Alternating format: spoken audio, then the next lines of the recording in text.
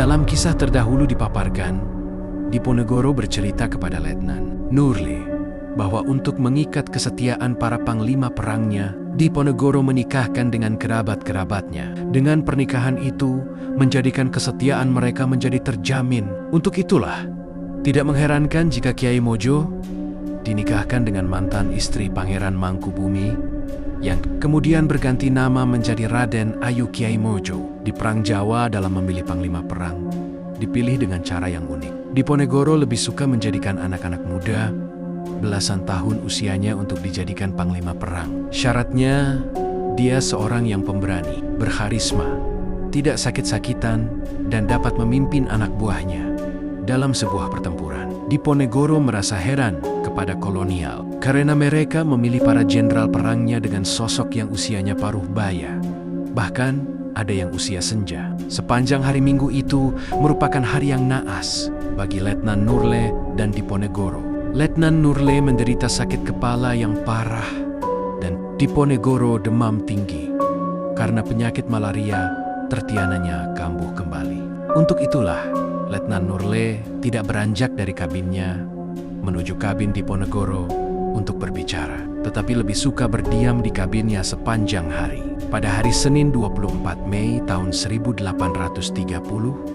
Letnan Nurle sudah mulai sembuh dari sakit kepalanya. Diponegoro juga sudah sembuh dari demamnya. Untuk itulah, keduanya kemudian bertemu di kabin Diponegoro dan melanjutkan pembicaraan tentang Kiai Mojo. Letnan Nurle sengaja mengarahkan membicarakan tentang Kiai Mojo karena Letnan Nurle ingin mengorek lebih jauh tentang ulama besar itu hingga sampai jatuh ke tangan kolonial Belanda. Diponegoro mengatakan bahwa sebelum Kiai Mojo ditangkap oleh kolonial, sebenarnya Kiai Mojo meminta kepada Diponegoro tentara sebanyak 500 personel untuk dibawa ke Pajang, dekat Surakarta. Hal itu karena Kiai Mojo ingin memisahkan diri dari kesatuan Diponegoro dan menggelar medan laga di Pajang menghadapi kolonial. Karena permintaan Kiai Mojo masuk akal, maka Diponegoro menyetujui permintaan itu. Diponegoro juga mengatakan, tidak lama kemudian, Kiai Mojo meminta lagi prajurit sebanyak 500 personel kepada Diponegoro untuk menambah daya kekuatan. Mendapat permintaan itu, Diponegoro mengaku menolaknya. Hal inilah yang menyebabkan terjadinya ketegangan di antara mereka. Permintaan pasukan yang kedua ini juga tidak disetujui oleh Pangeran Ngabehi atau Pangeran Joyokusumo I, paman sekaligus penasihat perang Diponegoro, sehingga menyulut ketegangan antara Kiai Mojo dengan Pangeran Joyokusumo ke-1. Setelah permintaan pasukan yang kedua tidak berhasil, secara diam-diam, Kiai Mojo kemudian berangkat lagi ke Melangi dengan tujuan melakukan perundingan sendiri dengan kolonial Belanda. Kiai Mojo ingin bergabung dengan kolonial dengan sejumlah syarat. Sebelumnya, Kiai Mojo memang mendapatkan lampu hijau untuk berdamai dengan kolonial, walaupun akhirnya harapan itu palsu. Dia mengadakan perundingan dengan kolonial di pesantren Melangi dengan Mayor Tumenggung Wironegoro dan Kapten Johan Jacob Roeps. Dalam naskah Jawa yang ditulis di Tondano, mengisyaratkan bahwa Kiai Mojo ingin berdamai dengan kolonial demi kemaslahatan hamba-hamba Allah, kesejahteraan Jawa, dan kelestarian agama Islam. Kemungkinan ketika Kiai Mojo akan menyerahkan diri dengan membawa pasukannya yang berjumlah 500 personel itu dengan harapan akan diakui sebagai komandan dan penguasa independen di Jawa Tengah Selatan. Niat Kiai Mojo berunding yang kedua di Melangi itu akhirnya tidak pernah terjadi karena pasukan gerak cepat.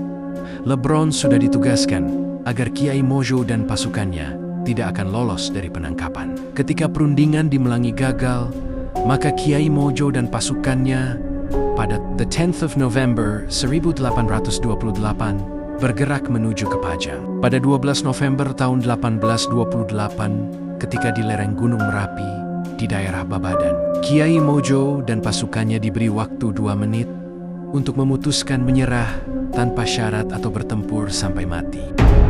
Saat itu, pasukan Lebron sudah mengepung pasukan Kiai Mojo dengan senjata lengkap. Dalam keadaan sulit itu, akhirnya Kiai Mojo dan pasukannya menyerah. Kiai Mojo dan pengikutnya akhirnya diangkut ke Batavia dan ditahan selama 1 tahun di bawah tanah di balai kota Batavia. Setelah 1 tahun ditahan di Batavia, kemudian pengasingannya berakhir di Tondano. Dalam naskah Kampung Jawa Tondano menyebutkan, Kiai Mojo yang terhormat itu sama sekali tidak menyerah. Dia dan pasukannya ke Batavia karena diundang untuk bernegosiasi dengan pejabat Belanda yang kedudukannya lebih tinggi di Batavia. Dalam naskah itu disebutkan perjalanan melewati Salatiga, menuju Semarang, dan kemudian ke Batavia. Tertangkapnya Kiai Mojo segera terdengar di telinga Diponegoro, sehingga Diponegoro menjadi lebih waspada jika kolonial mengajak berunding